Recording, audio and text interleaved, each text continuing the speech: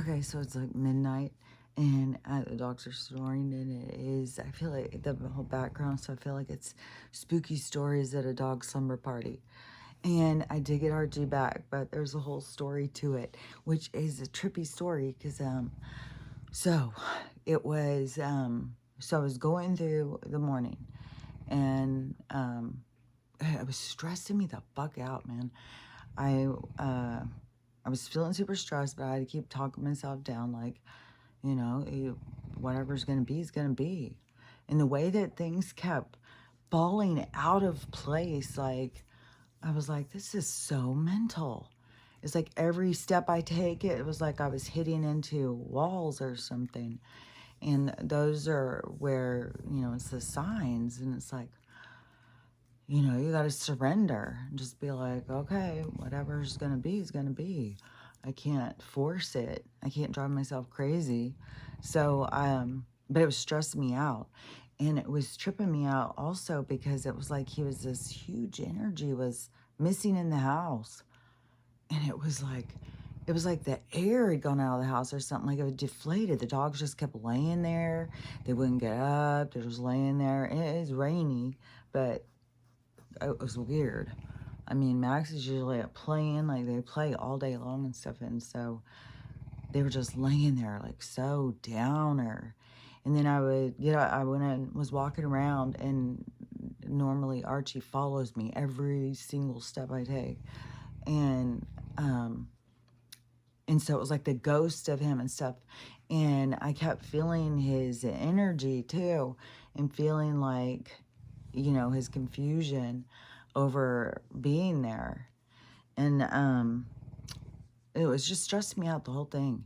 And what was weird though is how triggered I was. And I was just like, there was a part I was definitely to the universe, like, what the fuck, dude? Like, seriously, what the fuck? Why even, like, bring him to my life? Like, what is this all about? I don't get it.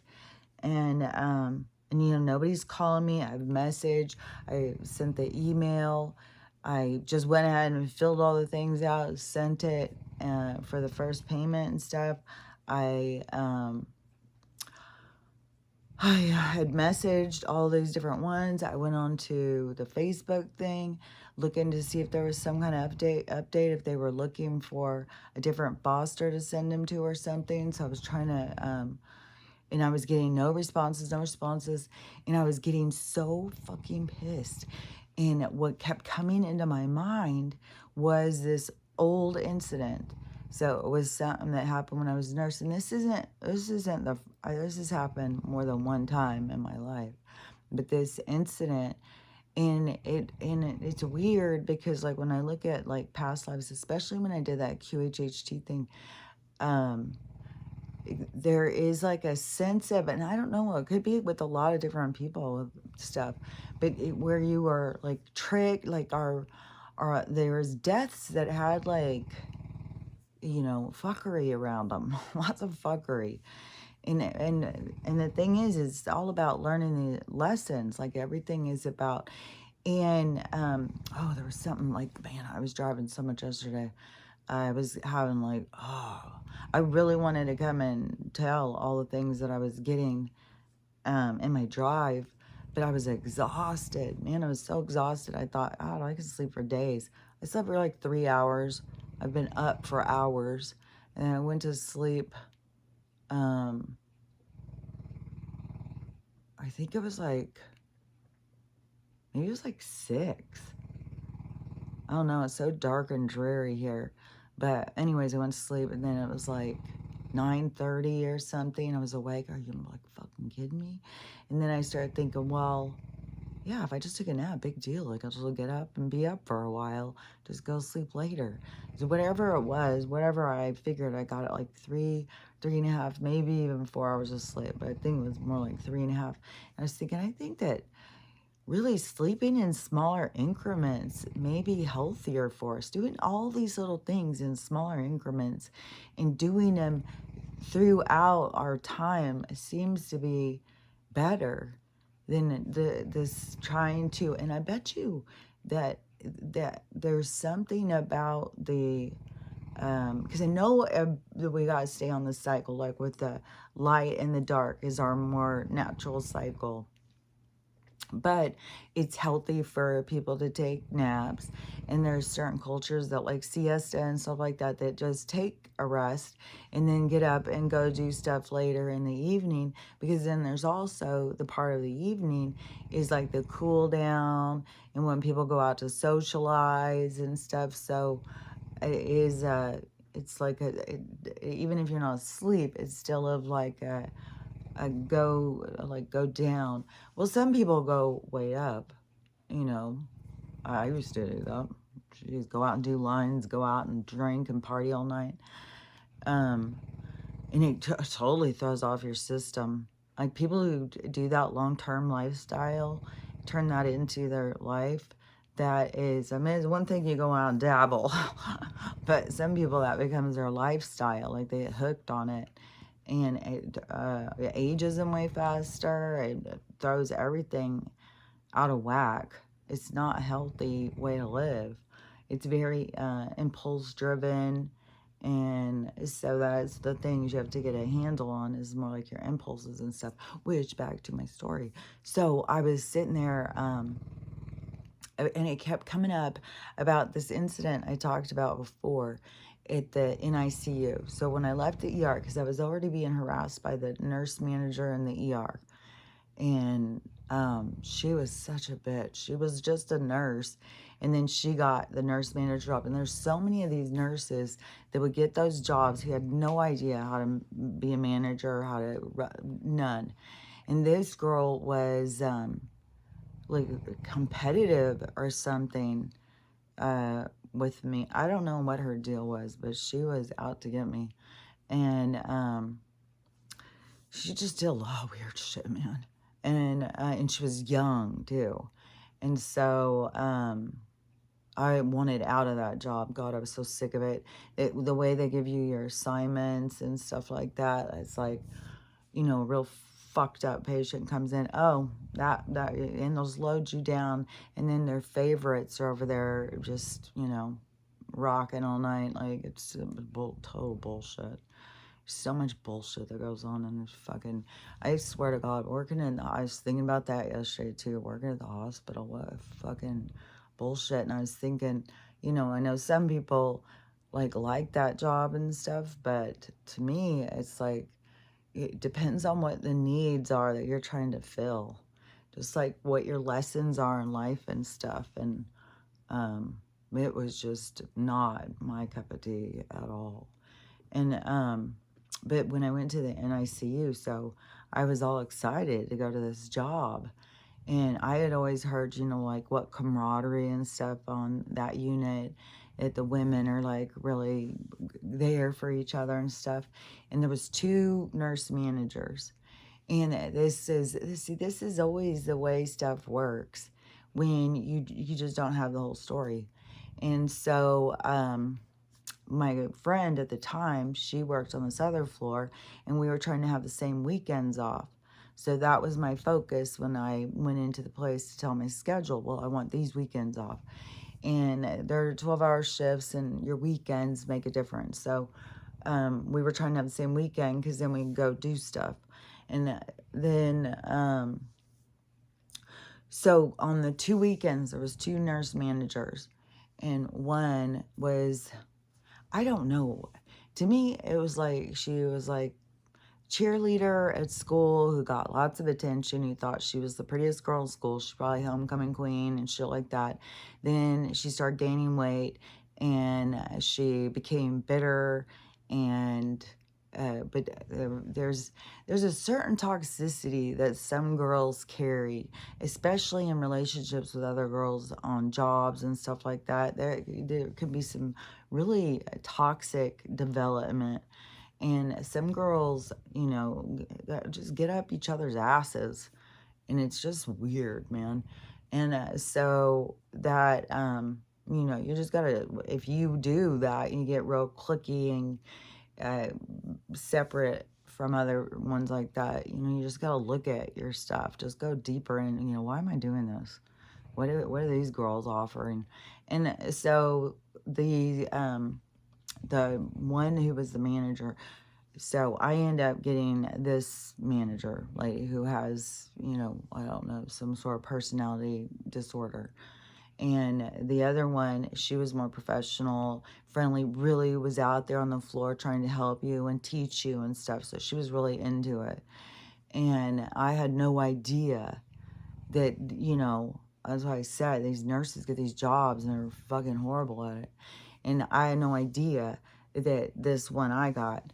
And for some reason, she didn't like me. And it wasn't like there was another tall, skinny girl that worked there, but she was fine with her.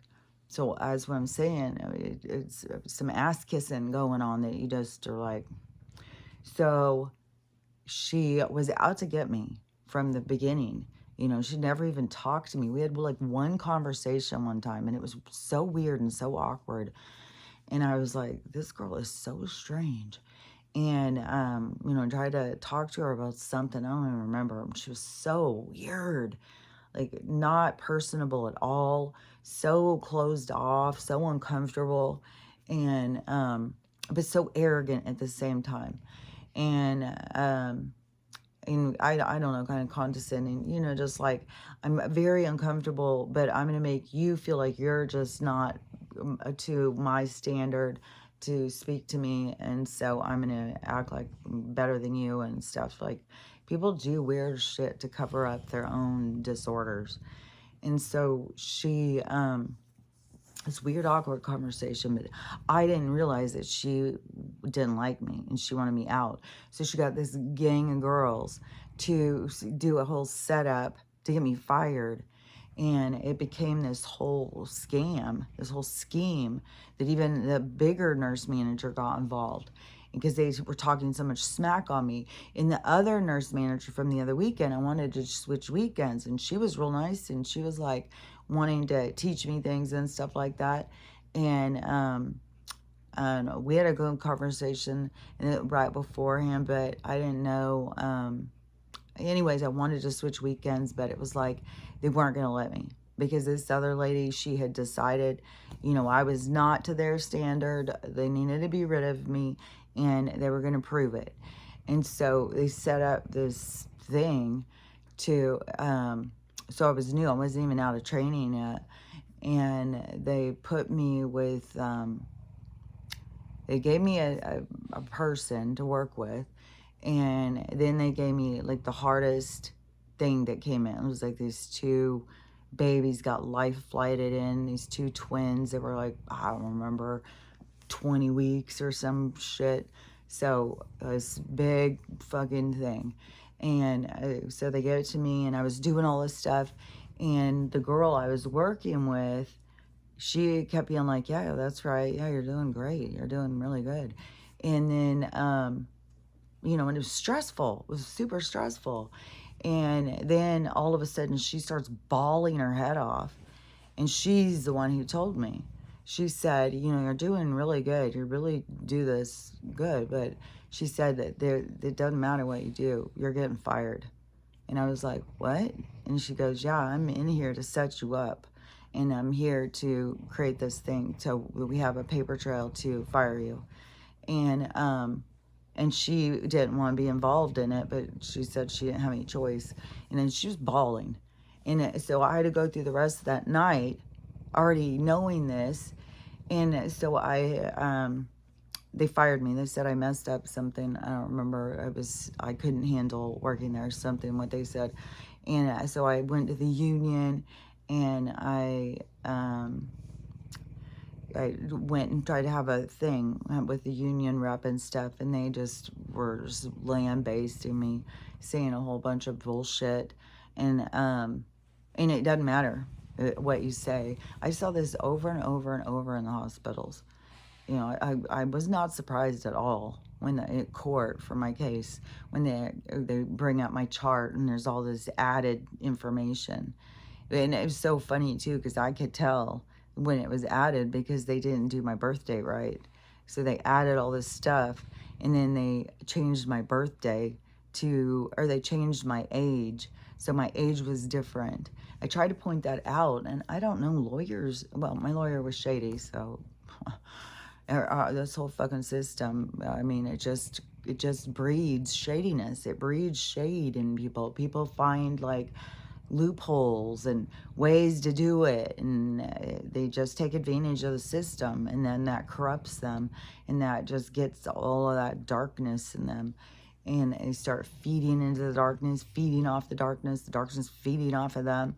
And so anyways, we're surrounded in a cesspool of corruption, living around fucking devils and stuff. Like fucking people are just and they've all been able to hide who they are. All these people have been hiding out in plain sight in the world. And it isn't just like the actors and the politicians. There's people in our fucking, what was it I saw yesterday?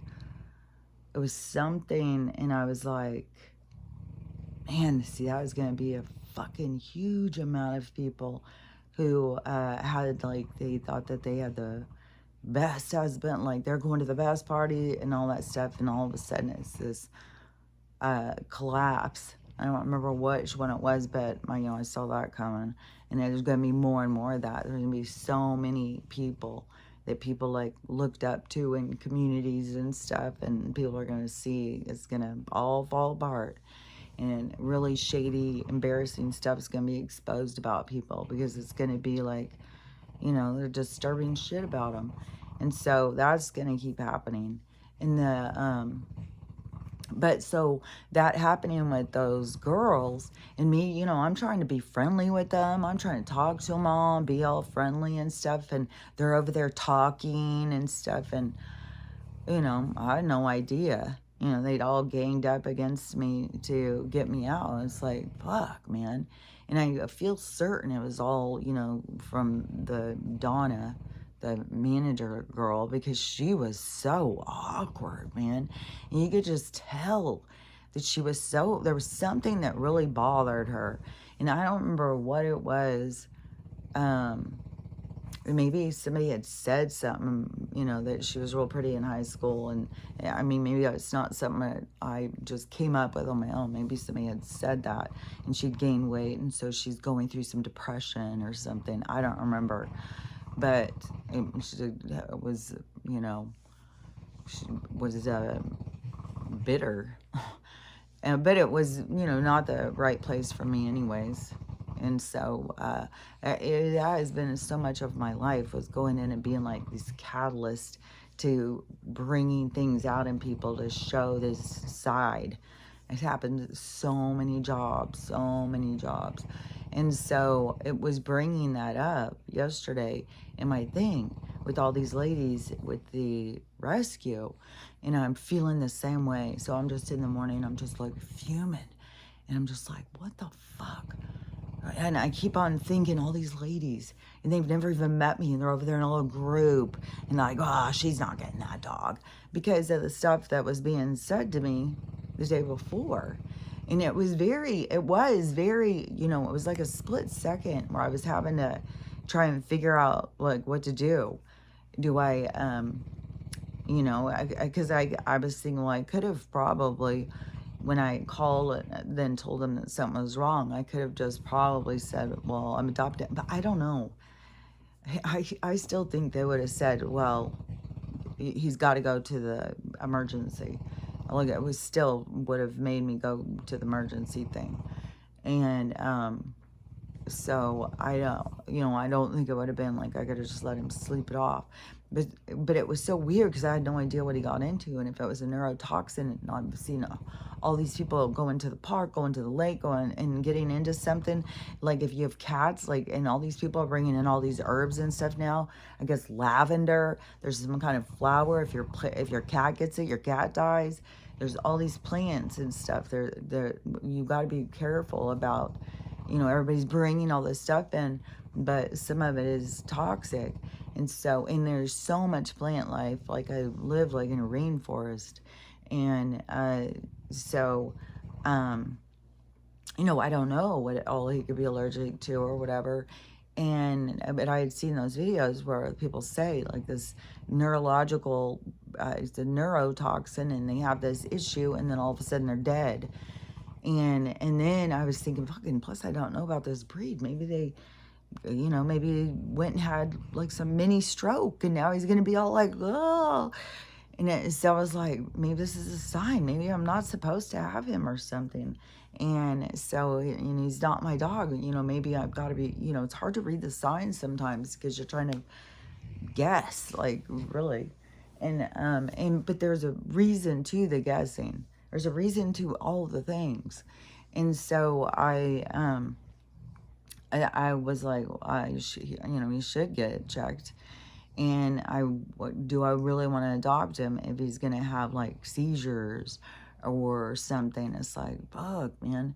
And so, when I didn't argue with them about, well, I'm adopting him, so I'll be in charge of him at this point, which I don't think, because also it is, if anything happens to him, I still have to pay for him.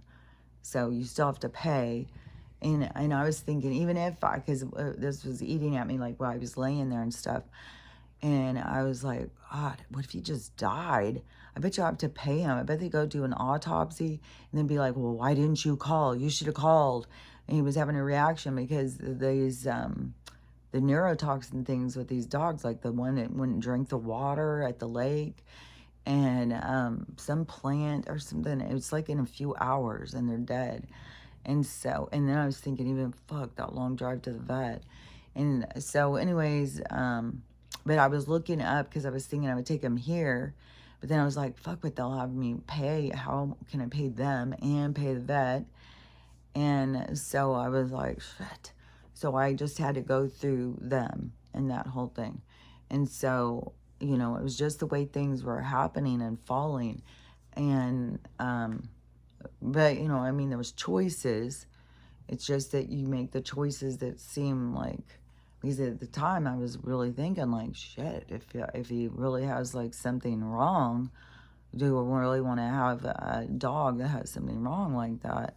I mean, any dog can get anything wrong, but when you're thinking about adopting one, then it's a lot to take on if it's going to have a lot of medical issues. Like, still having medical issues the whole time. Like, I love her to death, and I put all the money and everything into her, but it has been stressful as fuck, man. And that like that's one of the problems, like with French bulldogs, even with English bulldogs and pugs. I guess they don't have as bad of a snout problem, but that is those dogs have a lot of health issues. Like, that's one thing that they're doing with the breeding the French bulldogs. They're breeding and making all these dogs that are real sickly and have a lot of health issues. That's why, we're fucking as out of control as the scientists are. That's why it's all the same. It's all a bleed out of the same energy. It's this micro, macro. It's everything bleeds out from everything. And so what we are mad at is in our own society. It's a part, and we find it inside of ourselves when we go. It depends on what scrutiny you are dissembling, how little you're going to look at things. And at this time is a period of time to, it's like this waking and seeing. It's like, yesterday, one of the things I got was like being a synapse in the mind. So a spark of idea, a spark of energy in the mind. And then all of a sudden the spark realizes like, oh, there's a whole bunch of other sparks. What are you guys all thinking about? What are you thinking about? What's happening with you? And so all of a sudden it's like all the sparks, the synapses of the mind become aware. And then, but then that is also going to add into your finding yourself as a distinct character among the other synapses, because we all have our own ideas. We all have our own ways of seeing things. And so that is this, and that is kind of on the micromac. That's what's happening with us all. So we're waking up to this, like, oh, everybody's got their own things going on here. And then it's realizing the significance of you, and then becoming becoming you becoming you. And the becoming yourself is when you start realizing how much of this other world has become you, and how much of you structure yourself around other people's opinions and your pain and suffering. And so, like in this little thing with this story, and so in the morning, like I'm fuming around and I'm just like, I can't believe it.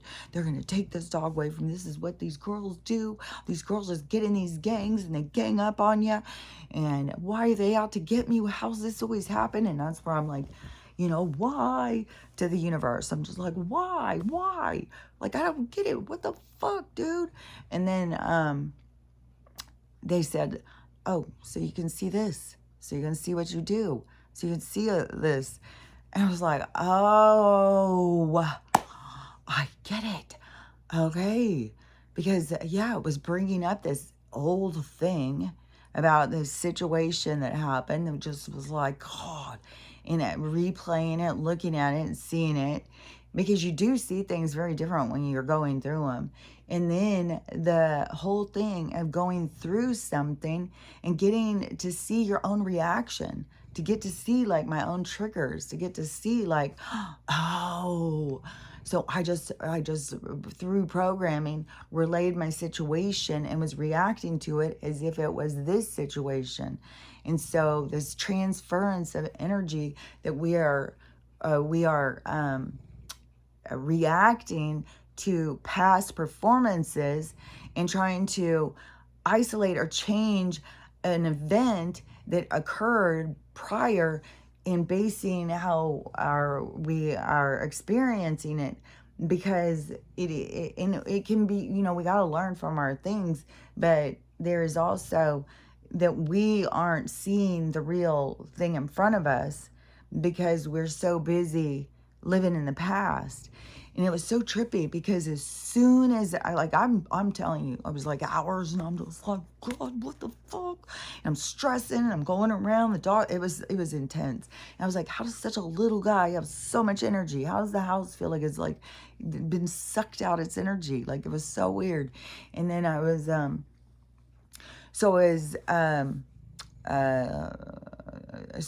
was like all of a sudden, as soon as I had this epiphany and they told me, because I was like, well, huh. And then as soon as they told me, so you can see this, so you can see, and both those things came into my mind. And I was like, oh, I get it. Okay, so yeah, I can see my own reaction. I can see my own behaviors. I can see in how out of balance it is, and how I'm reacting to these people as it's this situation when I don't even know what's going on with these people. And I'm just thinking that it's the same thing. And it was as soon as I had that my phone rang. And it was the lady, the one who has talked to me I've talked to a few of them a few times. But anyways, it was the one lady who I talked to at the vet who was telling me just to leave. And they did that with Morty too. They said just go drop him off, but the vets, the people don't understand. The vets want to talk to the fosters. The vets want a history, and we're the only ones that can give them. They don't want us to leave. And the emergencies are really full and busy. Like when I went to pick him up yesterday, it was a 5-hour wait for people. And so and they wanted me to take him. They could tell that there was nothing wrong. I knew there was nothing wrong, but there's all this bureaucracy and this bullshit. And so, but them telling me to just leave, and then the vet place coming out. It happened both times where they send somebody out in the parking lot to look for me. And so I was, let me think what I was saying. So, so they wanted to talk to me. And they wanted me to take, so when I was talking to the lady and she was saying all that stuff, like, he's not gonna be able to go back there, it's too dangerous, and just her whole reaction, like, where she was like, when she brought up the mushroom thing, because I hadn't even thought of the mushroom thing. I'd seen mushrooms were popping up all of a sudden, and but I hadn't seen them go over. And I was thinking, well, nature knows its own business. Like, it wouldn't be popping up mushrooms to kill. Like, I don't know. I just have this idea of how things work. And if it were, it would be like, because that was what was supposed to happen. But we also have to have an awareness. Like, it's a lot of stuff. It's a lot. And so anyways, what she was saying about the mushrooms and being out at the forest or whatever, because I said we were out walking in the forest, but it was a camp, and it's a cool camp thing. It's not shady crap. It's really, really cool. And I bet it's not full. In the summer, it's got a lot more people. I mean, I think it used to have a lot more people before quarantine. I think because it is, a lot of Canadians come over here, and so I think it gets pretty full in the summertime. But anyways, I don't know. It's big and it's really cool.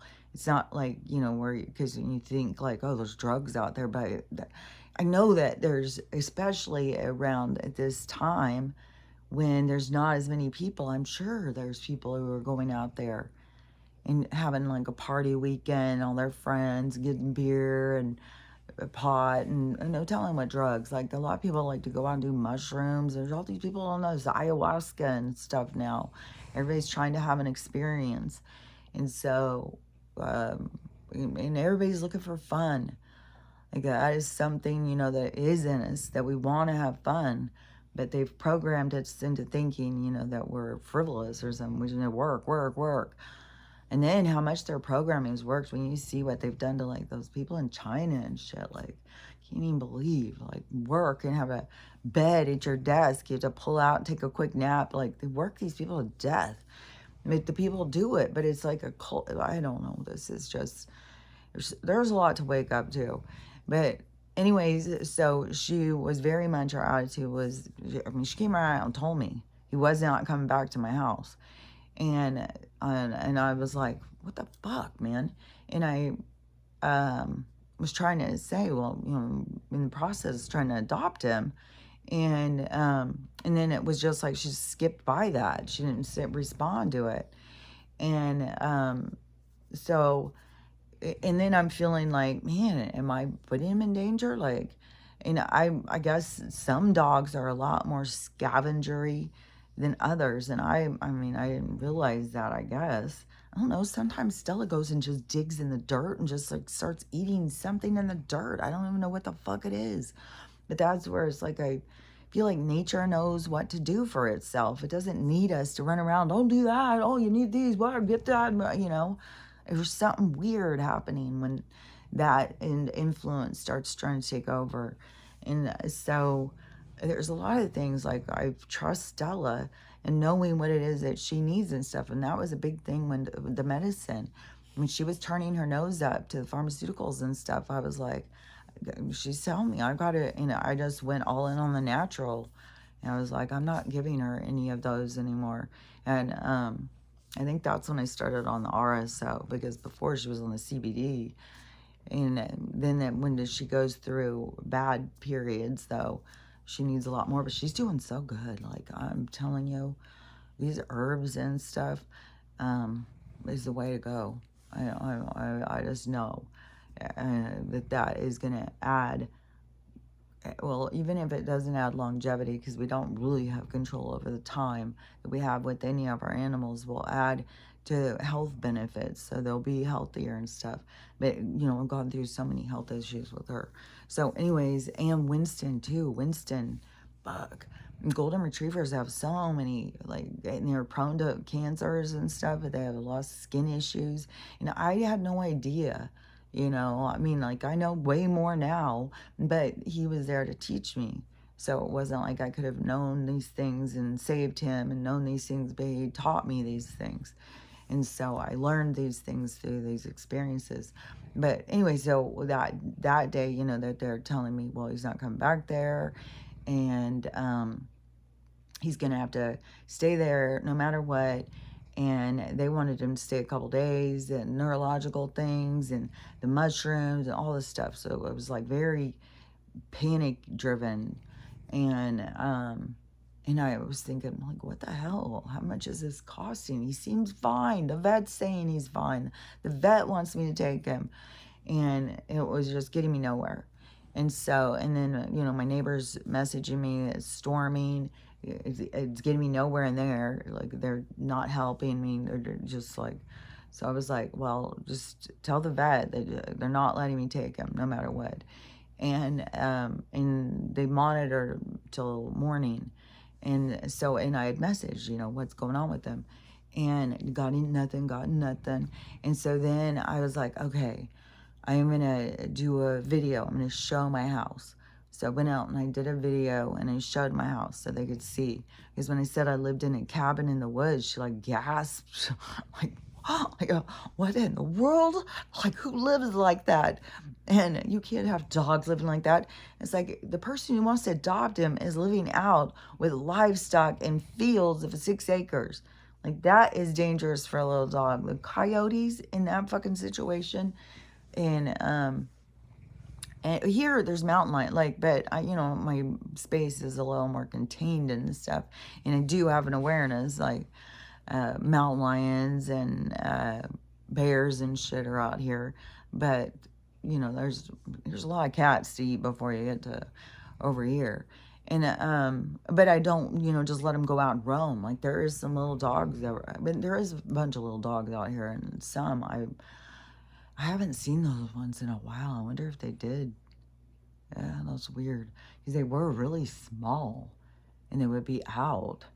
But maybe they got their thing handled and they keep them in better now, you'd think. They were like little Yorkies or something. And then those other little ones that came plowing out of that house. There's a lot of little dogs around here. But yeah, they mostly all have little containments in their yards. I think everybody, because an owl can come and take a little dog.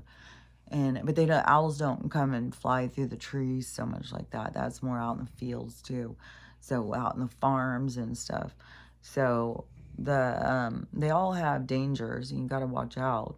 And obviously the mushroom situation and having those scroungers go out and trying to, and I did know he did, he was getting up into my garden beds and eating the fucking, what is that stuffy garbage food that you put out there.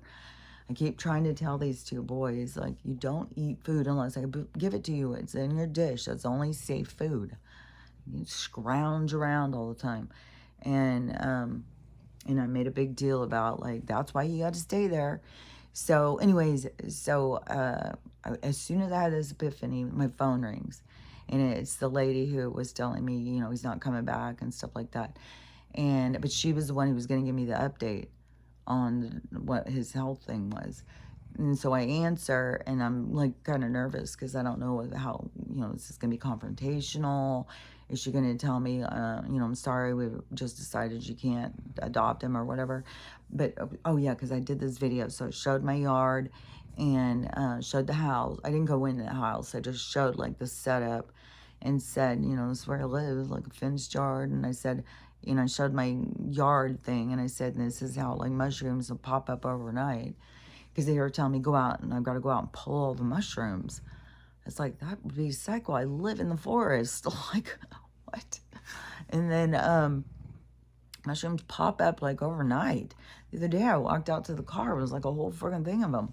And so I was, that's what I thought she's going to be telling me. But instead, it went totally different. And there was like, it wasn't like trying to shame me.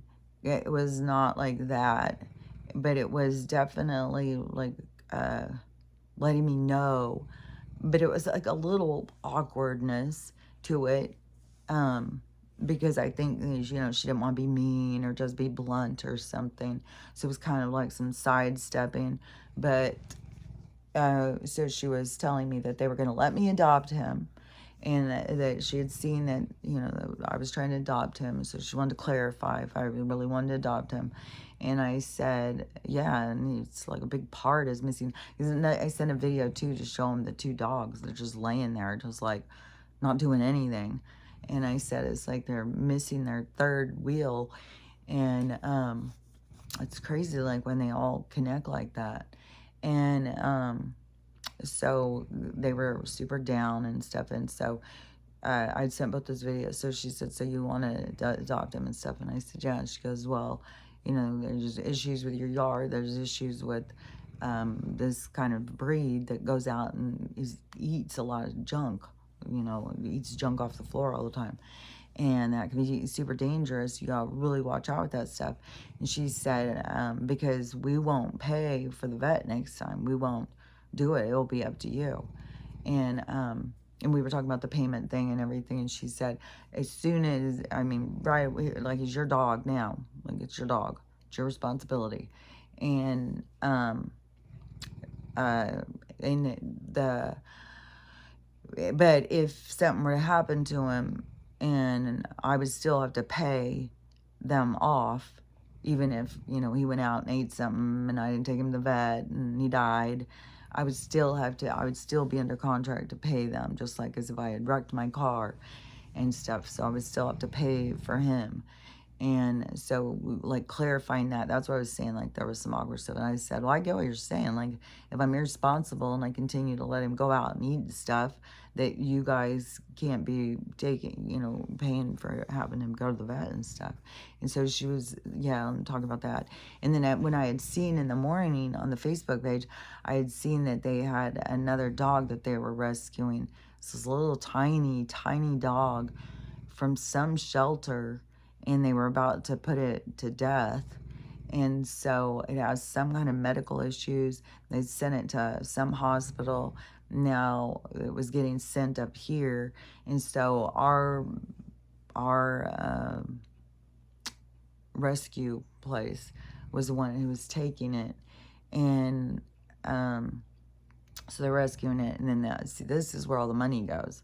So it's got to get a whole bunch of medical stuff done and see some specialist or something. And so that's where the money from the other pets and stuff, because I was really thought it was so crazy how much they charge. Like, it's because it's like, if you want these dogs to get homes, and to me, in the flaw in the system, it's like we've got to have more vets that, or rescues need to have, you know, their own vets or something. Like, well, there's things that got to change in this system. Even the whole fostering thing, you know, like, to go up there and you have no say, and just the whole thing. I just see a lot of flaws, a lot of places that we need correction in all these different systems. Like, there's no systems that does not have big issues. Like, we really have to revamp everything in our communities, in our way, our lifestyles. Like, this is a complete, just as the same as how this energy is going to flip over. It's like, we got to be flipping everything upside down. Everything's got to change. Everything's got to go. We got to change, you know, especially our lifestyles. And what was that? Because there was something that was like another, like, this really profound thing yesterday. I was like, oh man, I gotta remember that. But I was driving, I could, but I'll remember it when I'm supposed to remember it. But there's always, all the time during the day, like, if you get into the habit of just communicating, spending your time communicating with them, you learn shit all the time. And so anyways, so they had said that she said that she had to go fly. She was flying right now this morning to go get that dog in San Francisco. And so she was leaving, and they wanted Archie picked up, so they needed him picked up now. So I felt kind of like, you know, if everything, maybe there was nowhere to really take him. Maybe they started seeing I was like really pushing. I really wanted him. Like, you know, I don't know how all the pieces fit together. I was trying to force them together from my past experiences. I don't really know how they all fit together. I just know that there was different things, you know, like the day before, it was like, he's not coming back there. And I was getting no response from any of my adoption stuff. And then, but then she called in the morning and had that talk with me. But I sent those videos. I did send in, like, my plea, like, you know, I really do want him, like, and that did teach me for sure having him be gone like that and stuff for sure taught me, like, I really do want him. I really want him. He really is a part of our family. And he's a big part, too. He's all such personality. As soon as he got in the car, he starts some of this shit. With this hollering at me and stuff. And so, anyways, he is a little character. And he does bring, like, a certain kind of life. And so, and it was like, I think maybe that was kind of a necessity too. Like, I needed somebody to go pick him up because she's like, well, they're charging by the hour now. Can you go get him? If he's your dog, can you go get him? And I was like, hell yeah, I'll go get him. And I was like, oh, fuck, man, I gotta go do that drive again. I'm looking out the window and it's just pouring. My yard keeps filling up like it's a goddamn pond. And it just keeps pouring and pouring and pouring. And the tarp, that cool-ass tarp, I thought I had that situated over the thing, blew off first fucking goddamn gust probably. And I need to go and try and put it back on. And my son-in-law apparently is not, like, he's in major crisis. I don't even know what the hell is going on. It's one of those, like, you don't get all the information, so I don't know. This is like, everybody is going to be pushed to your brink. Everything is going to be, you have to, face yourself. And the people who cannot, that it's because they will in their life review. They'll see, it's just seeing it from a different angle. It's looking at it from a different perspective. And so they just keep hitting a wall and hitting a wall, and they can't see it and they can't see it. And then, they just keep making mistakes, and then they die. But you gotta remember, this is their soul's journey. This isn't really, a part of the whole crisis of everything. Just all these different souls are playing out these different roles. And so don't stress out. Like, if you think, oh my God, they weren't even awake and they died, they're not even going to ascend, they're going to go to hell, whatever, all the programming stuff. They're going to go to their life review. They're going to see things very different. And then they're going to gather with the rest of the people who have passed and gather around us and be a part of this big thing. I swear to God, we are surrounded by dead people. They're everywhere. They're everywhere. And they're all excited. Like, I feel like it's a big party. Like, everybody's very excited about this big change. And all of us feel like this huge amount of tension, this huge amount of tension building and building. It's very intense, man. Yesterday, there's a couple days where it's just felt like, God, impending doom. Oh, what's about to happen? And then the other days can be just like this overcharged, exciting. And then it's like, I don't even know if I'm picking up on other people. I'm picking up on the energy in the, it's very, it is very combative, what is that? Like compulsive, not compulsive, combustible, like explode, like kind of like, oh. So the energy is very intense. And so anyways, she had said, if I would go get him, and I was so excited. We got them in the car real quick, and we drove, and it was raining and raining and raining, and I cleaned off my windshield wiper. So it was all like, all the debris and stuff. So it was all like clogging my thing up right across my thing. That drive, I had to prove to me that you don't die unless you're meant to die. It was just like, I may as well just shut my eyes and like, oh, the steering wheel, and they just got it, because I can't see shit. It just looks like dots everywhere. There's colors everywhere. There's cars going all over the place. There's just fucking water going. Oh my God, it was so intense. And I wanted to just pull off and go off. But, when you're down driving and down in these mega city places, in all these lanes, and all the people are going so fast. And one thing for sure is, people who drive a certain road go way faster, and they don't give a fuck about those of us who don't drive it all the time. And we're like, what? And I get out here on these roads and I'm just like, pick it up, bitch. And but I get out on other ones, and you don't know all the turns, and there's so many turns on all of these roads. And but when you get to know them, but I'll tell you, when I saw that, when I went to the road trip where I took Stella to the med bed place down in Costa Mesa, and and I was doing all the back roads, which it was the craziest fucking. If you weren't along on that one, I there was some portal places, the sand dunes or whatever the fucking Oregon, where you drive like 100 miles out, and it's like this. What I don't even know what it's called. Salt dunes or something, salt something, and it's just this road of salt. Yeah, there's something weird about it, but anyway, the energy and the time and stuff, I was like, this is a portal. This place is trippy. That was so weird in there. It was like things were different.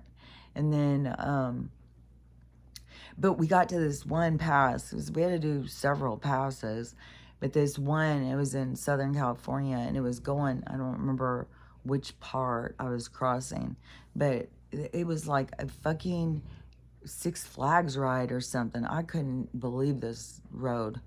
It was just circle, circle, circle, circle, circle, circle, and it was so fast. Let me think how it was going, because it was like circle. It was very whippy, and it was so I can't even remember. It was intense, and the people were going so fucking fast, and I was like, oh, these people drive this every day. There's no fucking way, no fucking way. It was like, oh my god, you feel like you're gonna go flying off, and they're just and I was like, shit. And I was like, okay, so if you drive something every day, you change the way you drive it. That's for fuck sure. And I just have noticed that so much in doing that Seattle thing.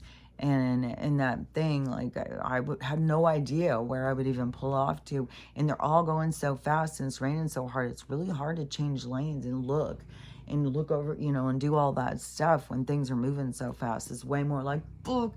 And I'm just like, I just want to cry. I'm about to combust. I'm just so fucking intense.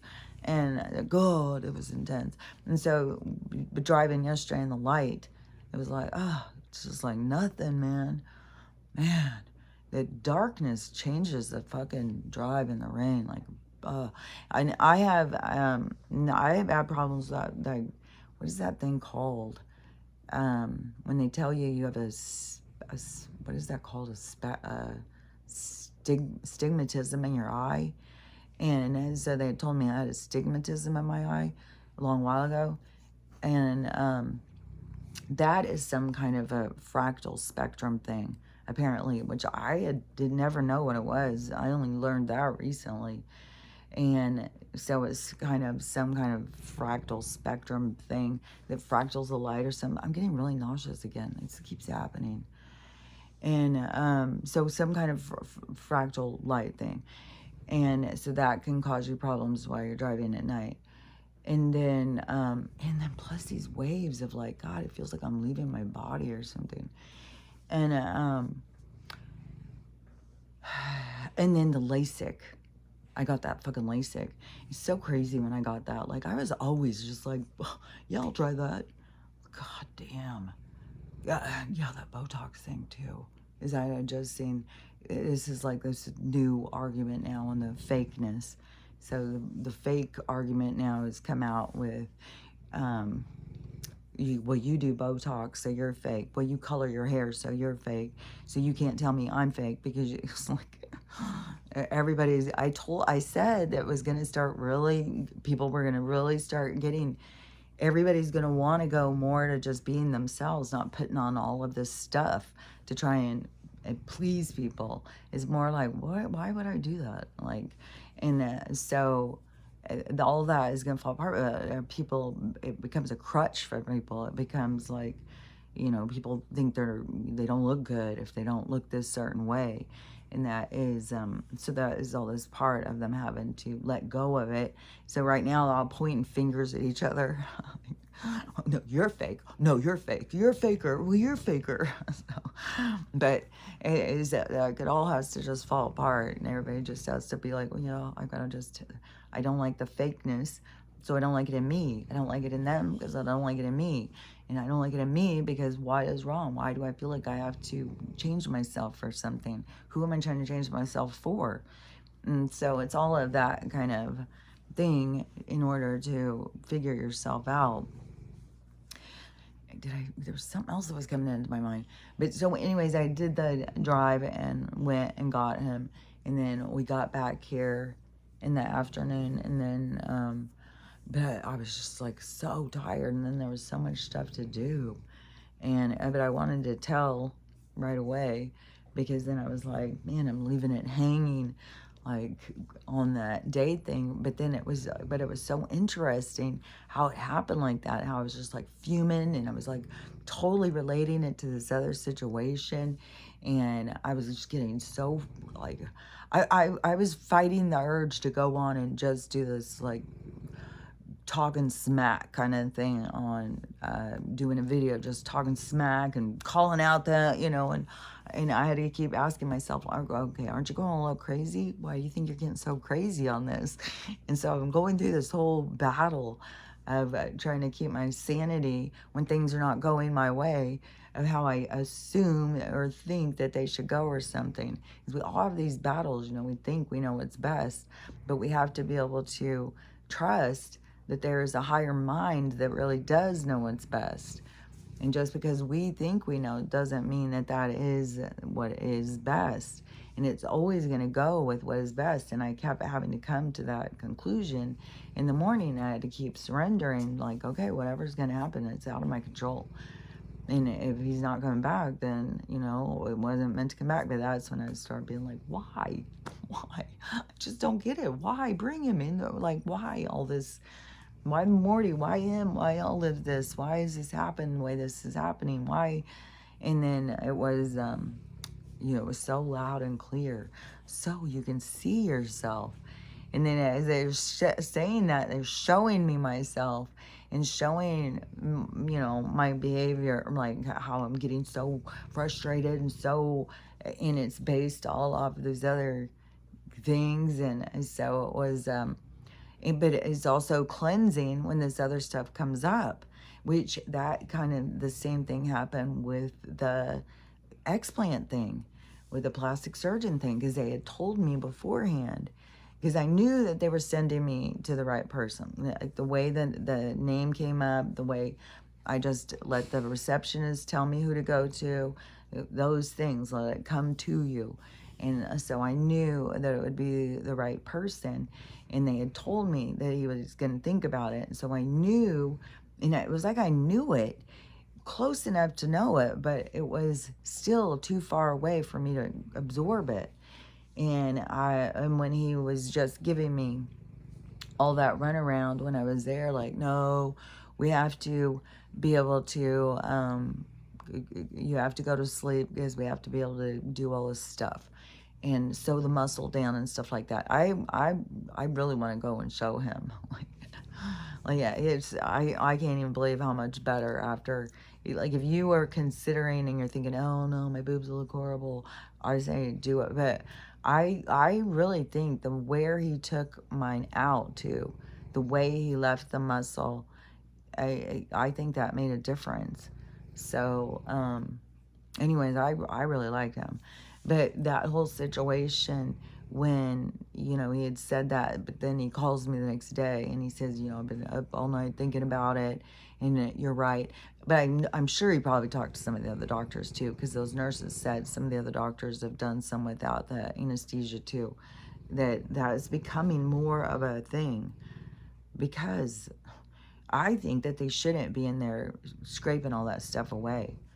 And is one reason too why I'd like to go and have him see now that they've healed. Now it's been a couple months, because he saw it only had been a couple weeks. So now if he saw it after a couple months, and 100% definitely doing the weights and stuff will fill in the muscles where he told me, like, oh, it won't fill in. And yeah, it does. So don't that, and see, And it's also part of your mind. Tell yourself what you want to happen. And that's why I've said before about like the doctors and stuff kind of interfere. Like it really becomes some like mind play. Like if you get a certain diagnosis with the CANCR, then you will, it has too much programming. And you'll keep telling yourself, well, if you don't do that, then you're going to die. If you don't do that, you're going to die. Usually the people that go natural, it's like it's their last thing. They've tried it all. And it's like, well, what else do I got to lose? But now there's more of a wave coming from that where people are going straight into that because they've had friends that have had it and they've had that happen and stuff. So the word is spreading, but for sure it is still a very difficult thing to get a diagnosis and go against the programming because it's all put into your mind. And so, but if you go into it and change your mindset and your perspective. So I didn't hold back when he told me that no, it's not. I was like, I don't know, I think it's going to change. And then it changed. The muscle did fill back in, but also doing the exercises, so putting effort in. But also, I do believe it has to do with your mind. I think it has to do with mind, body, spirit. Like, I think, yeah, you can do certain things with your mind, but when you put everything into it, you're going to have way better results. So, like, you could sit and just exercise in your mind, and your body will feel that it's exercised. It will start responding in a way that is exercised, apparently in all these new studies. Like there's going to be more of this coming out. It's something more about when we go into this quantum, that's this big jump. This big jump in technology and stuff is this quantum leap. And so there's going to be this thing, but and that's the quantum med beds. Like these other med beds, these quantum ones aren't the same. The medical, the military ones is more of, but you have to be with your mind to be able to tune in or something with the bed. Like there's something, a coordinated kind of result that, so there is, like there's some kind of thing with us through this engagement to ourselves, this ascension, and this is it's like the universe is quantum and we are unplugging from this 3D matrix and we're plugging into the universe. So we're plugging into this quantum system, which is, like I said, there's like a lot of noise out there. There's a lot of action and there's a lot going on into the universe. And so we're plugging into that. And then some of us are already plugged into it. And that's what we talk about so the other people can figure out where to plug in, I think. And so but the quantum thing is like your connection in your mind, body, spirit. And so that practicing of getting control with your mind. But your best results are going to be when you're putting action in, you're taking care of yourself, and you're doing the things, but you're believing the results and stuff. And you don't want to get yourself to believe too far out, like where they say like, oh, well, you have to work out 2 hours a day. You're just not even going to be fit. You have to be able to bench press 50 pounds. You know, all the stuff that people start telling themselves. And, you know, whatever you tell yourself is going to become your truth. So you have to decide. And at this point, I tell myself that, you know, a couple weights a few times a day, you're in good shape. And I feel like, you know, it becomes what your reality is. You have to tell yourself. And then that is where you would think of like, okay, you're manifesting your reality. That is what it is. Not this, like, you're just going to sit and be like, oh, I just want a mansion, I want a mansion, I want a mansion. And you keep picturing yourself in a mansion, get a mansion, because that's not spiritual in the sense of that is determining that all roles are all life instances, like that they don't have the same value, that their only value is you know, the ones that have a lot of money. And there is value in all different life scales. And like one thing is yesterday it was something they were showing me was there is just as much lessons for somebody who is very beautiful as somebody who is very homely. And it's like the same kind of lessons. And it's how to learn how to value yourself and not be, you know, people who can be very beautiful can become very toxic to other people. They're very selfish. And I was watching this movie, it's probably where it came from, and it had, I think it was Hedy Lamarr. I know it was Hedy Lamarr. I think Hedy Lamarr and, who was the lady in Gone with the Wind? Is that Hedy Lamarr? But she looks like that lady. It's this woman who's super, super beautiful back then. Like, she was really, really beautiful. And another thing I was noticing is how many actresses were immigrants. And they have the weird way of talking because they would make them talk and try and do their accent. Like, they were trying to wipe away people's cultures all the time. And I was like, some of these women, it made them have a very weird, unusual, distinct way that they talked, trying to hide their dialect or whatever. So in this movie, she used her looks to get them, you know, to whoever she wanted. She just used her looks she didn't care about them, but she wanted their money, or she wanted what they had or whatever. And she was, you know, a monster. But what goes around comes around, because that's what comes back and gets you.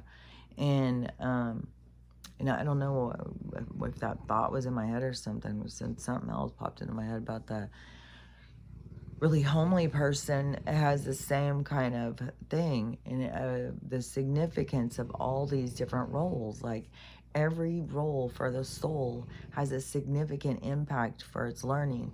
And that is the same thing with when you come in to, you know, have very little, or to have a lot, or to, like, all the different things have a significant impact on what it is you're trying to learn. And to me, everybody to think like they need a mansion or something is like programming. It's like I'm chasing something. I'm trying to find something that's going to make me happy. And that is the gain in the world of trying to figure out, you know, how to be happy. And so when you're chasing something, you're always going to feel that feeling of not having it. Like, I don't have it, so you're always chasing it and always feeling like you're not getting what you want. But when you have what you have, and you feel gratitude, and you feel excited and happy for the things you have, it will bring more to you.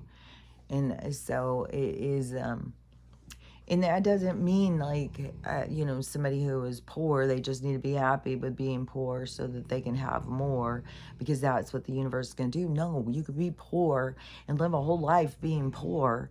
And it has nothing to do with you didn't do the right things or whatever. It has to do with that was the life role that you came into experience. You know, what is life like when you don't have much? And, you know, a lot of people find you build your relationships. You use your time different. Like, there's good things that happen. Everybody, it becomes like this criminal thing. Like, it's a criminal thing to be poor and not have these things. And it's like, no, they're all things that you learn from. Not having this and having that, and, you know, the journey to getting this or that, those are all the life experiences that you learn from. So you learn from all of the things. So it's not like, you know, your whole life needs to be like, if you're poor, your whole life needs to be trying to get to be, have money. And, you know, and if you have gratitude for something that automatically the universe owes you, you know, it has to do with like you learning yourself. Just like what I was talking about, you know, when I'm like asking them like, why? And then they show me, you know, because look at what you can look at. Look at your behavior. Look at how you're losing your goddamn mind. You're just storming around the house. Oh, like, now they're allowed to get me. Like, you start getting all crazy and paranoid. They're out to get me. They're not going to help me. They don't want me to have that dog. Why? Is that person's money better than my money? Like, get yourself all worked up. And so then, they said, so you can see this side of yourself. So you can see, your behavior. And because how does anything change if you don't see it? Because then when you see it, you're like, oh my God. Yeah, that's a little silly, isn't it? That's a little embarrassing. I'm losing my mind, and I'm basing it, especially like I'm assuming these girls are the same clique as these other girls. So it is, everything that's happening for us. Everything is happening to show us so that we can experience ourselves. And that when you experience yourself and you learn, you make changes. It just happens. And it's very much, that is the one pathway.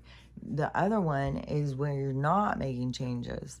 The changes that you make are more self-degrading. And yeah, it's weird. Because, yeah, when you don't like yourself, then you end up going into relationships where people don't like you either. And then, but those relationships with those people not liking you is which teaches you gotta like yourself. But those relationships can be very disappointing, very heartbreaking. They're very difficult to go through. But you can't stop people from going through what they're meant to go through. But when you think about it, like all the things you learn from those things you've gone through, like it becomes who you are. And so, without going through those things, who would you be? You wouldn't be the same. Oh yeah, that was one thing too. Let me see if I could see it again. It was something about, I think it was around that time too, and it was like about the good looking, or the, like these different perspectives in life. And it was something that was showing me, like, if everything was just all light all the time. Oh yeah, okay, yeah, it was like that with the dog thing. Okay, yeah, because it was like, because the dogs are just like, and like Stella and Max together are just very peaceful. They're just very laid back, kick back, and they're really in sync. They jump up together. And then little Mr. Terror, then I was like, oh man, am I rocking the boat? Am I bringing in this, toxic energy? Am I, what is my motivation? Am I doing it for him? Am I doing it for me? Am I doing it just because it's cute? And then I'm going to have this hellacious hell dog. And so, I'm thinking about those things as I'm going through this, trying to figure out, like, if he's supposed to stay or not supposed to stay.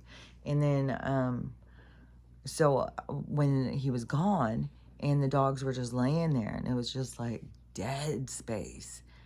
And I was like, okay, so the light is there, the peace, the tranquility, but there's nothing there. There's no excitement. It becomes dull. It becomes lifeless. So the light becomes lifeless without the dark. We need the dark to create the light, because then there is the peace to have the balance to the chaos. But it really was without, because that was what, they showed me. It was like, oh, so his energy comes and brings in, so the dark is what gives the spark to the house. So his little hostile energy comes in with his little, like, attitude, and him bringing that is what brings, like, the dark that gives the light something to live for.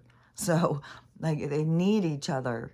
And that was interesting the way that they had showed me too, because it was like the light, it like fizzles out without the dark. It needs the dark to give it life.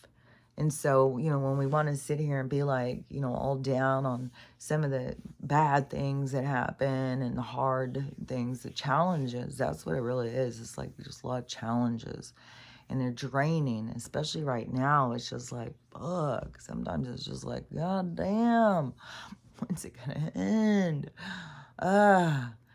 And it's got to be getting close. It's got to be getting close. And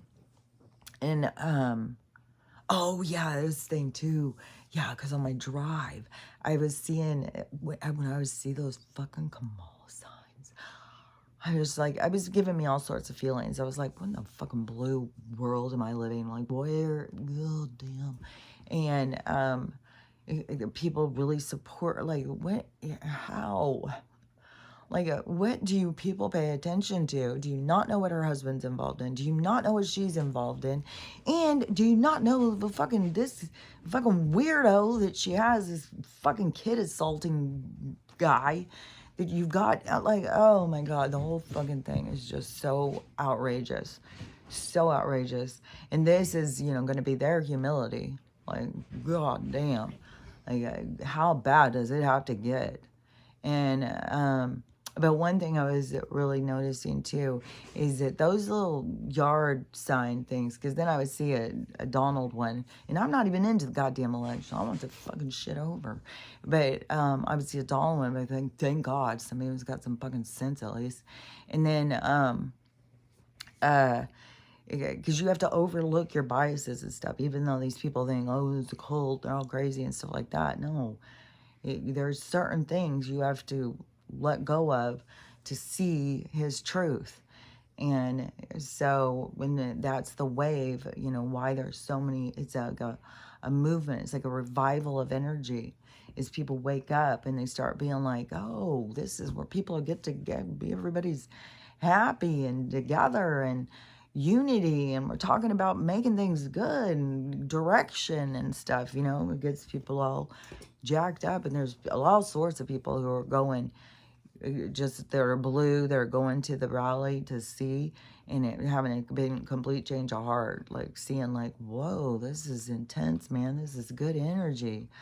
And then they go to the other one and it's hostile, it's negative, even and it's all this baby ripping shit. And there's their whole plot. That's another thing that's so fucking dark on this shit. Like, these people are gonna be, oh man, when the light comes in, some of these people are gonna be like, woo, I don't want anybody to see me. Like, it's like, man, you got some darkness inside you. So they get real excited. Like, that's their main thing. And they keep on saying, like, Donald's trying to take those rights away. And the people, oh, how dare him, we all need to attack those. And so she was on some rant, because she's actually having people come to these things. Like, people are really getting caught up in this fucking nonsense. But this is the part where you think, like, ooh, it's about to show them. Because these people are like, look, you should have saw some of this a little sooner, people. And so she, somebody in the audience, when she's talking about the procedure, and how Donald's trying to spoil it for them all, and that somebody yells out, Jesus is Lord, or something like that, and she stops dead ass. Like, this is also, I swear to God, it's all set up. And she stops dead ass and it's like, I think you're at the wrong rally. There's no God here. Do you not understand? We're talking about ritual killing of babies. Like, God. So, anyways, all this stuff is like, you just keep exposing them. These people are all in. Let's go. Yeah. That guy's a monster. It's like, he's over here preaching about love and coming together, and these people are talking about killing babies. Well, yeah, he's the monster. Like, okay, let's see when the lights come on, what you guys think. And but those signs, I was thinking, this is a part of their ploy. Like, not every single one, I'm sure, handing out the signs realized, like, whoever invented them, it was to cause hostility. It was to cause us division. It was to cause us irritation. I think that I bet you there is some fucking battles going on in some neighborhoods with those fucking signs. And I've seen them before, like, where people would steal people's if they didn't like their person, break them, all sorts of stuff. But see, that's how they can create hostility in neighborhoods and stuff. It's like, put the fucking signs down. Like, why do we need to, like, well, this was my person. Like, why? Why? Why would, I mean, why don't we just shoot up, like, guns up into the sky saying who it is then? Why do we have to go in and do a secret ballot? Why wouldn't we just be like, hey, everybody, my sign says it's no secret. Like, what is the hell? Like, it's so ridiculous. And so anyways, yeah, we need to get rid of all those fucking things. And but there's gonna be all of this, everything. We're gonna just keep seeing it in new ways. We're just gonna keep seeing things of like, ooh, I didn't see it like that before. Ooh, I didn't ever think of that before. There's so much of that. But the part that's gonna be hard, like I've said a zillion times, is when this lights come on and these people see this side of themselves. Like, you know, I'm against the love and unity over there. I'm really into those baby ribs. And you're surrounded by these people who you're supporting who fucking, oh. I mean, it's so bad what they do that when censored, we can't even talk about it. So, like, I was like, okay. There was also strange things. So, there was a video.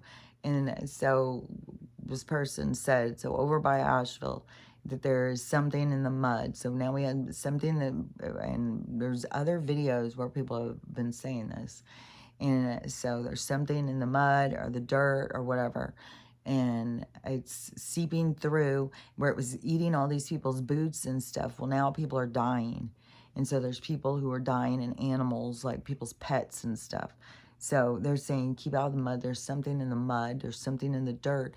And then they're even saying that there was a truck, which is kind of funny, is because they was talking about this truck that was full of the stuff that the aliens that say, you know, we're not allowed to use. And so they were moving it. And a couple weeks ago, there was a reservation that was trying to get everybody on board, that was talking about this big truck that was moving this radiation, these radiation buckets or something like that, taking them. And they were taking them across this reservation, this bumping and stuff. And they said this stuff spills out. It's so fucking toxic. It's a disaster. So that was going in. All those tribe people were asking us all to stand up and do stuff. So, whatever that was a couple weeks ago. Now they're saying that that truck, I don't know if it's the same truck. As a matter of fact, I don't know if it's the same truck. I just thought, well, that's coincidental, because now they're saying this truck, that the same thing that these people were talking about, now these people are talking about it. And there's all these camps popping up. Like, that to me shows that there's something bad about to go down. And there's a bunch of refrigerator trucks at some of these places. And they're making, like, they just want to, people got to go, like, we got to mass exodus with each other and stick together.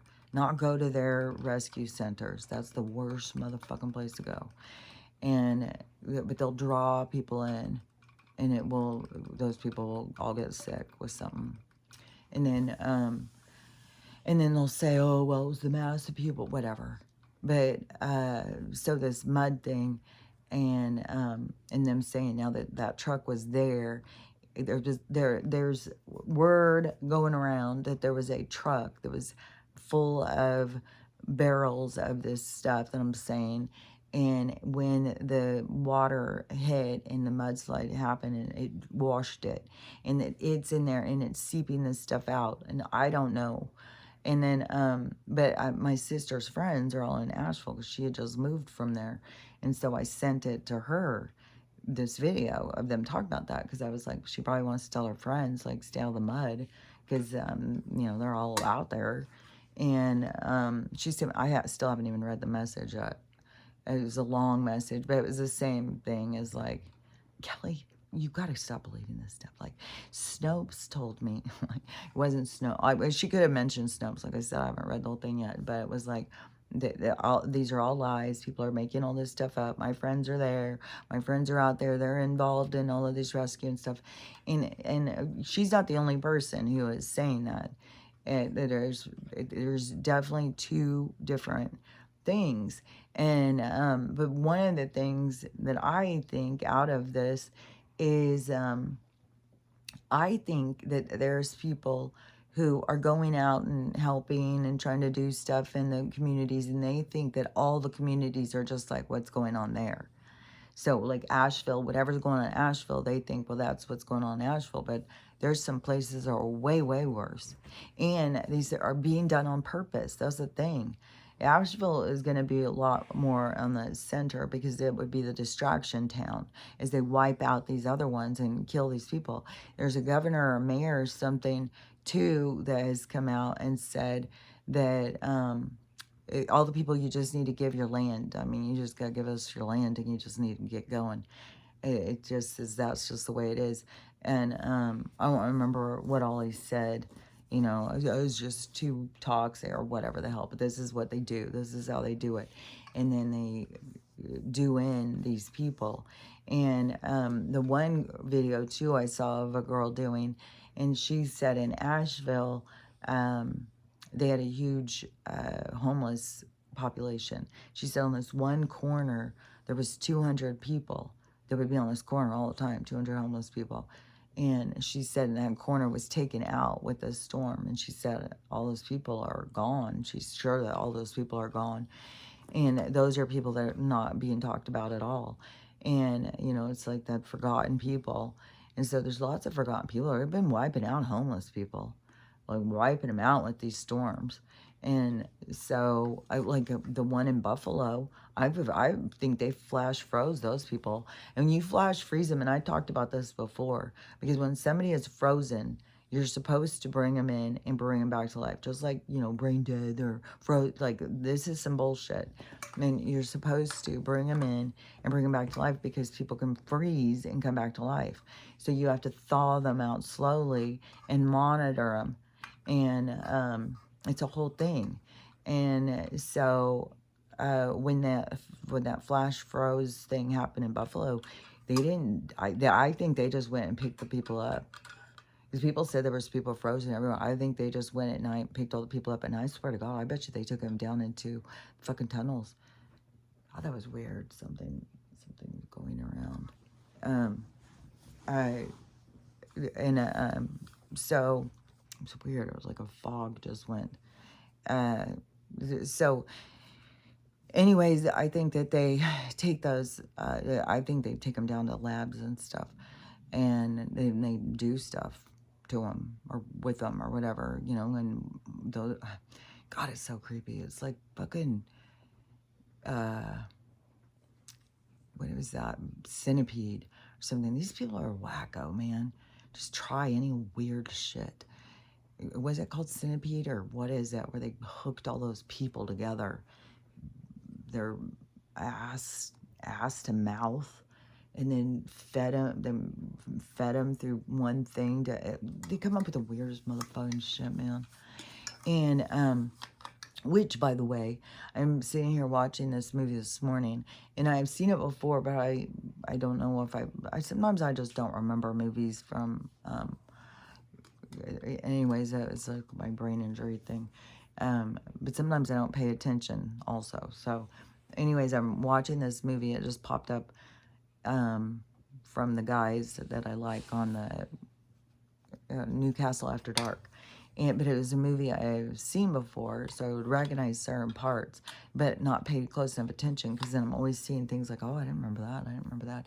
So on this part in this, so this movie's like from the 60s or 70s, and there's these actors, and this girl, in this movie they're all seeing their future, and this girl sees her future, and so she wants to be an actor, so she goes to be an actor with these people, and she gets involved with this older actor guy who's real famous and stuff, and he gets shot, and she thinks he's dead, but they come and they take him. It's like a Stepford Wives thing. They come and they take him to their own private hospital place.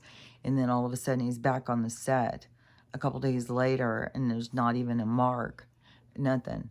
And so they're telling her all this story, and she keeps asking questions and stuff.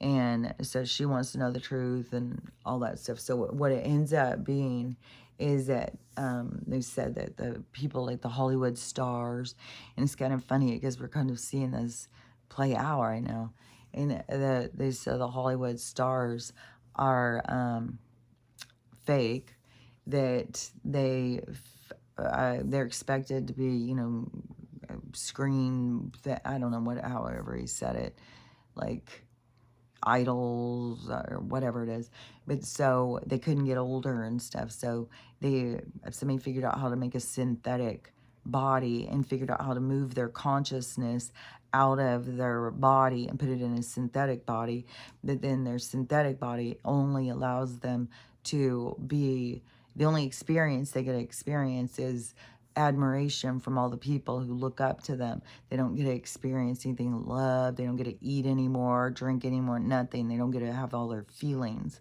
They only get to have where people are constantly feeding them with adoration. And the girl didn't want to do it, but once she knew the secret, they forced her into doing it. And the last part on her thing was these girls up there, oh, look at her, she's such a living doll. And it zooms in on her face because that's all she had become, was a living doll, which that's kind of like a Nicole Kidman or something. Which the big thing is like I've said, for how fucking long they've been able to figure out how to move consciousness. It's been in the fucking movies since the 60s or 70s. I can't believe how many times I've seen this now. And I just feel certain that's what the maid has to do with, is just another way to get our consciousness, because like I've said, you cannot just automatically kill somebody or put somebody, suicide isn't a for sure thing. It is only if you're meant to go that way. And you can't just, like, everybody can't just get up one day and go like, well, I'm just going to do it. No, I'm just doing it and I think it's going to be successful. It won't. The only people it's successful for is the people who are meant to exit in that way. And when they exit in that way, it's because there's a whole lesson that comes behind it for all the people involved. And so and the way that they're 100% successful with this machine ending people's lives, it was like, there's no fucking way. They're not ending people's lives. They're taking their consciousness and they're moving it and they're using it in games or computers or something. And so in this movie, it shows that they take them and then they're putting them in synthetics. And what do we have around us? All these people talking about how, like, what's wrong with the actors? Why aren't they aging? And I think it's kind of funny too that this movie came out, this Substance movie with Demi Moore. And it's kind of weird how, you know, because it ends up being that they do have this substance that they drink, and it does make them younger. And by the movie, Johnny Depp said, what is that movie? Fear and Loathing in Las Vegas, when he drinks it in the movie. They say, you know, it's the most craziest thing, you know, this big charge. I don't know, you're drinking somebody else's adrenaline or something. Like it does something to you. Plus you're drinking their DNA. Like, man, it's, I just can't even believe people do it. It's like, I don't fucking want transfusion. I don't want to fucking be a vampire. I just be my own self. And so the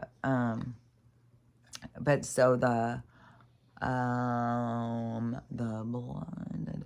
Oh, so in the movie, how it is that she gets all caught up in some substance that makes you younger. I haven't seen them. I watched the trailer and read that thing, and I was just like, oh, that's funny. It's kind of like saying what it is without saying it. And then, but I haven't watched it. But it's some kind of substance that, you know, you sell your soul to stay young and backfires on you. Like all of the things, so if you take the dark and turn it into light, then it's like transmuting energy. You're taking what occurs and making it better. But they're like doing the opposite. They're taking something good and making it dark. And so those are these two different energies too. So everything is just for you to look at yourself. Just look at yourself, you know. It's a re-examination of yourself and asking yourself questions and trying to figure yourself out, giving yourself space to break your programming, you know, find little ways to break it. You know, it's a big thing to jump in. You know, you get a diagnosis of CANCR and to be like, well, I'm going all in. And, you know, that is a big mental battle, you know. Don't just listen to me. Listen to yourself. If yourself tells you, oh, it's nothing, then listen to yourself. Don't listen to me. Because that is where, you know, any things that we say, we put that in other people's minds. And then that is their own, you know, we create the battles in other people's minds. And so don't, you know, always listen to yourself. You know, if yourself is driven in a certain direction and you feel like a certain outcome, then go with what you feel. Don't, you know, be like, oh, well, I won't because of this or that, or they said this or they said that. And that could be, you know, something that you're there to learn is, oh, well, you know, if I would have listened to them and I wouldn't have done that, then look, I wouldn't be where I'm at. That's a big lesson, I think, for a lot of people. So anyways, now I have been chit-chatting for a while. And so anyways, Archie's back with us. Now he's mine.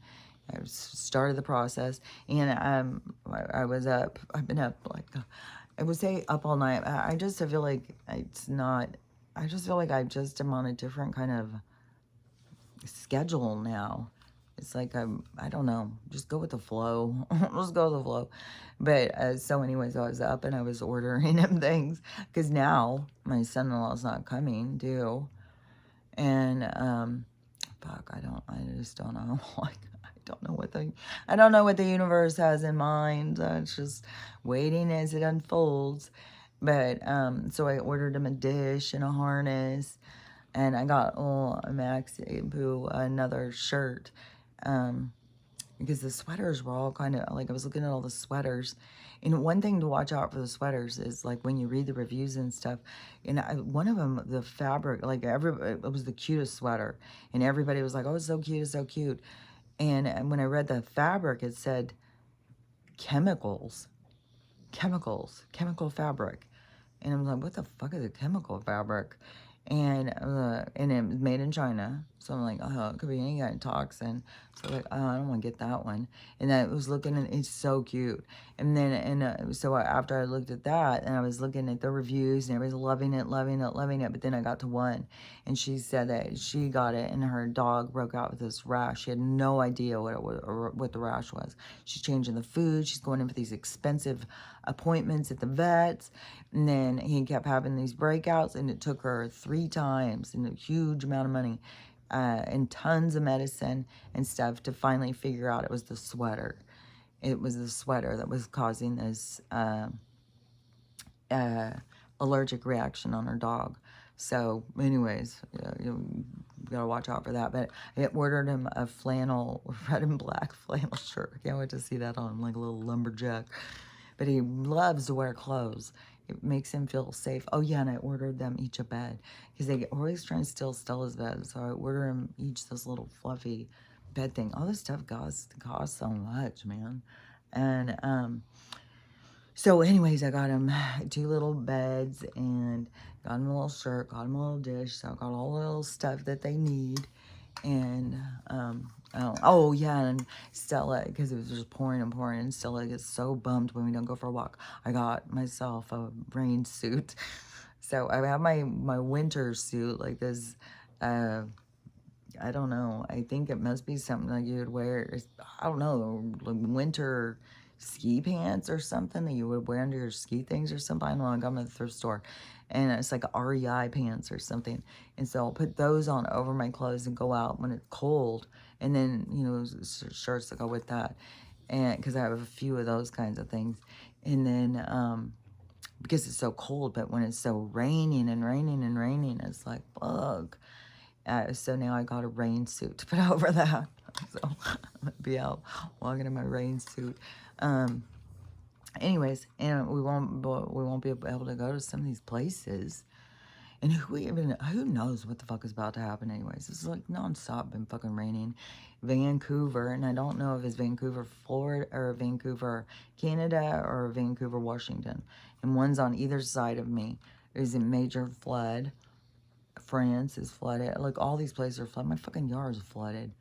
And, so, anyways, all this shit's gonna keep going. Yesterday, the wind was going. Oh, and that when I was driving, I saw one tree that was just busted in half. Huge tree busted in half. But see, it was out with no trees around it. That is why, because all these people, they come out, not all the people, like it's a mix. Some of the people come out and cut down all the trees in their yard because it's scary. And then some of us have a whole bunch of trees in our yard. I have a whole bunch of trees in my yard, and I want to keep the trees in my yard. Then they came and sprayed our area a couple years ago, and a bunch of trees died. And then all this water, see, that's going to make the foundation unstable, and then the wind comes in. Yesterday it was having all this wind, but I feel so much like the trees protect themselves. Like, the more that they're in a huddle, the more they're protected. Definitely, I feel like that there's more damage when they don't have ones around them or the ones on the outskirts. So, but I have a huge one right here, and I have a huge dead one right here.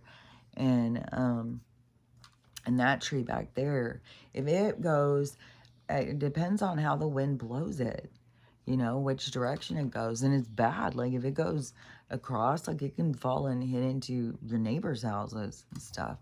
And that turns into a huge situation, especially if something happens to somebody, and then you can be charged, especially if your tree's dead. If your tree's dead and it falls on somebody or somebody's house, you get in trouble.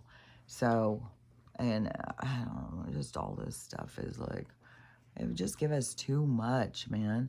Too many hoops, too many things to do. It's just like my neighbor, you know, she's trying to get divorced, and she's got this one big tree. Like, we all have trees that died.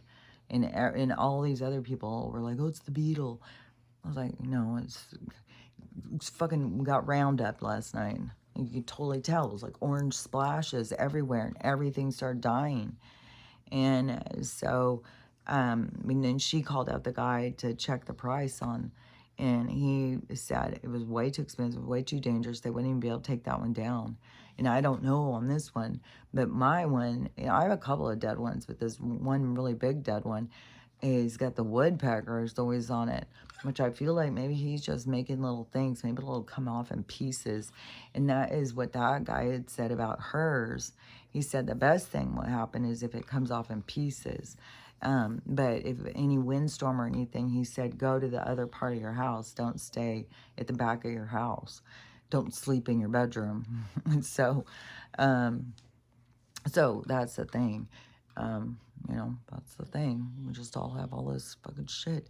And so, and most people don't have all this money sitting around for all these trees. What was another one? I just saw another one where some absurd fucking shit, of all the shit that's going on with us and stuff, and then the people were gonna have to pay like $6,000. It's like, they're fucking attacking us, and we're the ones who have to keep cleaning up the mess. It's like, this has got, you know, that's why it's going to end. It's like, we can't. It's all falling apart. We can't keep going. And no matter how, they won't push us harder and harder and harder. And it just won't work. So it's going to blow up in their face because, yeah, it's the other side of things. And it's going to benefit us. So just remember, like, as we struggle through each day, trying to just make it through this hellish time, is once we get through it, and we still, you know, I mean, we don't know, like, I think there's gonna be some event thing, like, you would think that what happened over there would already, and I think that there's some more hurricanes heading in, and but there's gonna be some event that's gonna get our attention. It's gonna get everyone's attention, not just like, oh yeah, there was a problem, oh okay, I gotta get to work. You know, everybody just fades back out. So there's going to be a smack. It's going to be a fucking hard-ass smack. And the only thing that makes sense to me is it's going to be very impactful in death. It's going to be really a big crisis, where some people are saying it's going to be the end of the West Coast is going to be what wakes everybody up. So I don't know. You know, when I was sitting there driving yesterday, driving across this one bridge especially, I was like, there's no way in any kind of fashion that we would be able to leave by the 5. Those bridges will be gone. Road will be fucked. There's no way. And then, and when I was at the food bank the other day, I heard a woman saying, yeah, they already closed the road. Can you believe it? Yeah, there's already snow up there. So I was like, okay, so the one escape thing that's closed off. And then the other ones, my one would be definitely going through the back ways the best I know to get down to the little German town and get down to central Washington. But you do have to cross some passes. And but luckily I know the back ways, so if an evacuation, but you know it depends on what kind of storm too, because it's also that is a washout and trees, and just like when I was coming the other day, there was there's so many branches and trees and stuff go down across the roads, and so then you're just like fucked. So anyways, it depends on what disaster, you know, comes. If it starts being an earthquake going, you know, I don't know. It seems like you just got to stay put. How are you going to drive? There's going to be roads cracking. There's going to be bridges falling. There's going to, you know. And then once things settle, there's going to be a lot of us where we're just going to have to come into groups and walk together. Just everybody sticking together and walking to safety, just like, you know, I guess that's what the Donners were trying to do. But that's the sucky thing. It's like winter. And they just get, I can't even believe this winter situation. It's like they just come faster and faster and go longer and longer. And it's just like, it's like, fuck. There's some kind of impact for winter. I for sure think that this winter is going to be some shit. And all the signs are there. Like, they've got to do something. We got this stupid ass shit with this goddamn election coming up, and that's in a matter of weeks. Like, it is just, the world is so absurd right now. It is so fucking absurd. So if you're feeling just overwhelmed and just ridiculous, there's good reason. So, and you just got to find your own peace, because there's no way to stop it. This is, you know, we let everything be chaos, and now it's like this, it's all got to spin out. But it will be, so I do think there's going to be a huge, impactful, big death thing coming still. And then, and I don't know, you know, if that's going to be, I just have no idea what is going to, if it's all of a sudden going to be like the West Coast is shut down and then we're having to walk to try and get somewhere. There's going to be no power, nobody coming to rescue us. That's for sure. That's one thing we all have to get in our minds. There's nobody coming to rescue us. And that has been being shown. And no matter how much these certain group of people want to say that that's all a lie, I don't even know what to tell them. They just are not paying attention to things in life. And I do think that they are still kind of stuck in their own realities. They're not seeing outside realities. Like, so they're just, you know, they just get caught on this thing about, like, everybody's lying. Everybody's lying. It's like, well, there's a fucking lot of people coming together to make this giant lie, and fucking some good actors, because they're fucking crying from their heart. And they've lost everything. Their family's gone, you know, like, so whatever goes down, but there's still going to be more death afterwards too. So it's not like that there's going to be, everybody's going to all of a sudden die. There's going to be more death that's going to be ahead of us, because there's going to be, I think there's going to be people who are going to hunt down people. They're going to be so mad. And it's going to be, you know, like a man hunting down a doctor and stuff. Like, there's going to be some really tragic stuff that will go down. And then there's also going to be, the people are going to have such a hard time facing themselves. There's going to be so much humility, and people are going to feel so much pain and shame from their behavior and stuff. And it's going to overwhelm them so much that they're going to do themselves in. There's going to be a lot of people are going to do themselves in. And they will be successful, because it's supposed to be that way. So I think that, you know, there's going to be more sadness, there's going to be more death and stuff coming. We just, you know, we just got to keep going and keep going. You know, you can't get hung up and caught up. You just got to process through it. And there's a lot of sad stuff. Just process through it and keep going and focusing on yourself, focusing on your health, focusing on what makes you happy. And, you know, when it is, everything is all about this, learning how to love yourself, love everyone, and how to have a loving day, because it's totally up to you. So let's all work on it together, and I'll talk to you later. Bye.